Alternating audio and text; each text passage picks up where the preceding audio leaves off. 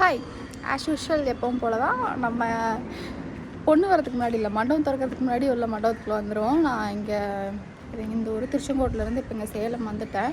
ப்ரைடுக்கு phone பண்ணால் அவங்க வீட்டிலலாம் பூஜை பண்ணிவிட்டு இப்போ கிளம்ப போகிறோம், கிளம்பி வந்துடுறோம் சிஸ்டர்னு சொன்னாங்க. நான் வரும்போதே எனக்கு செம்ம பசி, காலையில் ஏறும்போதே எனக்கு பசி. அப்புறம் கரெக்டாக பஸ் ஸ்டாப் கிட்டே இந்த ஆர்ஆர் பிரியாணி இருந்ததா. நான் நார்மல் பிரியாணி வாங்கினாலே என்னால் சாப்பிட முடியாது, மிச்சம் வச்சுருவேன். ஆர்ஆர் பிரியாணி வாங்கி எப்படி சாப்பிட மாட்டேன்னு தெரியும், ஆனால் ஏதோ தைரியத்தில் வந்து வாங்கிட்டு வந்துட்டு அப்புறம் இங்கே வேலை செய்கிற அக்காலாம் இருந்தாங்க. அவங்களுக்கு எனக்கு வேணுங்கிறத எடுத்துகிட்டு அவங்களுக்கு கொஞ்சம் கொடுத்துட்டேன். நான் சாப்பிட்டுட்டு இருந்தேன். ஒரு அம்மா வந்துட்டாங்க, அங்கே வேலை பார்க்குற அம்மா தான் வந்துட்டு, என்ன சாப்பிட்ற நாங்களா பிரியாணி அப்படிங்க, நைட்டுக்கெலாம் வெளியே எதுவும் வாங்காத, இங்கேயே சாப்பிட்டுக்கோ அப்படி. சரி. இதே மாதிரி தான் காலையில் ஒரு இன்சிடெண்ட். என்னென்னா, பஸ் ஏறிட்டு கரெக்டாக நான் பஸ் ஏறிட்டு என் பக்கத்தில் வந்து நான் கை இங்கே வச்சுக்கிறேன்ப்பா சப்போர்ட்டுக்கு. நான் பஸ் ஏறிட்டு உட்காந்துருக்கேன். என் பக்கத்து சீட்டில் ஒரு அக்கா அந்த கண்டக்டர் அண்ணா கிட்டே கேட்டாங்க, எங்கேயோ சேலம் கவர்மெண்ட் ஹாஸ்பிட்டல், அந்த அண்ணா என்ன பார்த்துட்டே வராரு, இங்கே சேலம் கவர்மெண்ட் ஹாஸ்பிட்டல் போகுமா அப்படின்னு சொல்லி கேட்டார். இன்னும் திடீர்னு கருப்பாயிட்டேன்.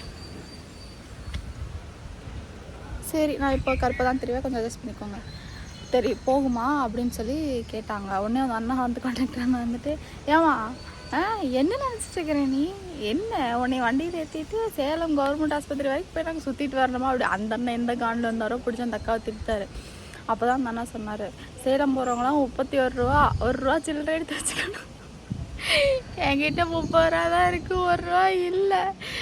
நான் 30 ரூபா கொடுத்துட்டு வந்தேண்ணா, 1 ரூபா இருக்கா, 1 ரூபா இருக்கா பாப்பா அப்படியே. அண்ணா இருங்க நான் பார்க்குறேன். நானும் பர்ஸை குலுக்கிட்டே இருக்கு, உள்ளேருந்து சவுண்டே வர மாட்டேங்குது.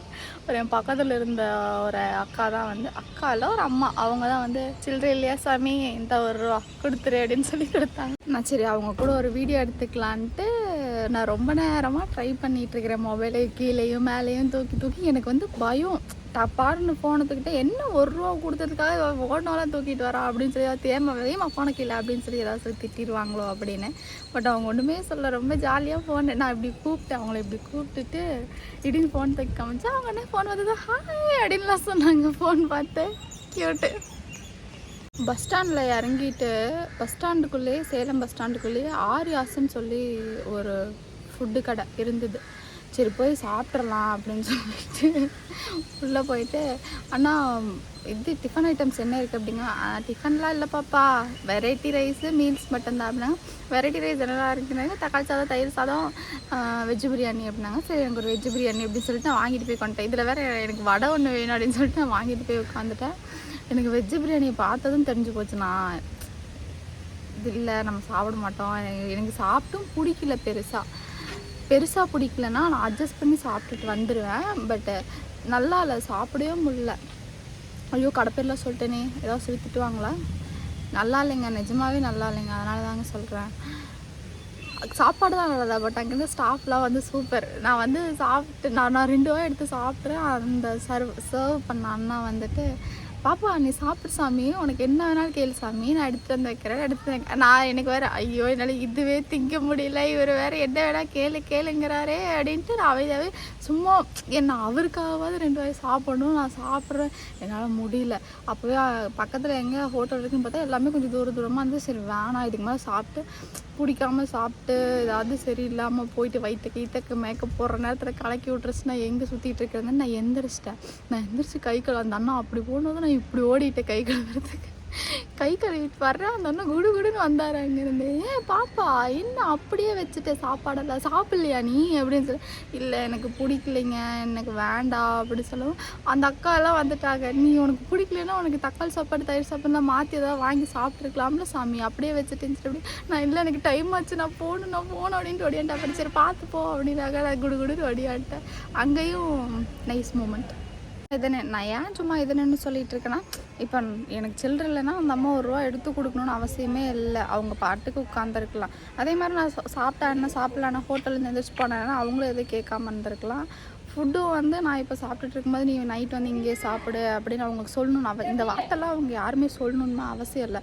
பட் வந்து சொல்கிறாங்கல்ல, அது அது அது வந்து ஒரு சின்ன ஹாப்பினஸ். நம்ம தனியாக வர்றோம், தனியாக அங்கேருந்து வந்து இங்கே வேலை பார்க்குறோம் அப்படிங்கிறப்ப இப்படி சுற்றி இருக்கிறவங்கள ஒரு 4 வார்த்தை பேசும்போது நல்லாயிருக்கும். அது வந்து அந்த டைமில் அது வந்து கொஞ்சம் ஹெவன் மாதிரி இருக்கும்.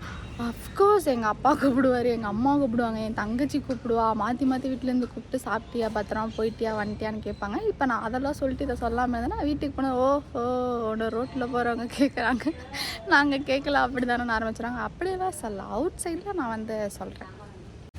என்னோடய ஃபஸ்ட்டு ப்ரைடோட முகூர்த்தம் லுக்கு நான் ஒரு ஸ்னாப் கூட எடுக்கவே இல்லை. வந்து ப்ரைடை ரெடி பண்ணவே ப்ரைடை வந்து கூட்டிகிட்டு போயிட்டாங்க, வா தாலி கட்டணும் வா அப்படின்னு சொல்லி கூட்டிகிட்டு போயிட்டாங்க. நான் அவங்கள ஒரு ஸ்னாப் கூட எடுக்க முடியல. அப்புறம் நான் தூங்குறதுக்கு போயிட்டேன். எல்லா ஒர்க்கும் முடிச்சுட்டு நான் வந்ததே ஒரு 12க்கு தான் வந்தேன்.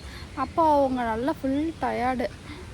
ரிசப்ஷன் அந்த டைம் போயிட்டுருக்கு, காலையில் முகூர்த்தம் முடிச்சு எல்லாம் அவங்க கண்ணே பாதி இப்படி தான் இருக்குது. அவங்களுக்கு ஆல்ரெடி அவங்களுக்கு ஹெவி ஃபீவர் வந்தது, டெல்லியிலேருந்து வந்திருந்தாங்க. அவங்களுக்கு வந்ததுலேருந்தே ஃபீவர். ரிசப்ஷன் நைட்லாம் வந்து அவங்க அப்படியே மாப்பிள்ளையை வந்து ப்ரப்போஸ் பண்ண சொல்லிட்டு பொண்ணை ப்ரப்போஸ் பண்ண சொல்கிறாங்க. பொண்ணு உட்காந்து பொண்ணு எந்திரிக்கவே இல்லை. என்னால் முடியலைங்க என்னை விட்டுருங்க அப்படின்ட்டுருச்சு.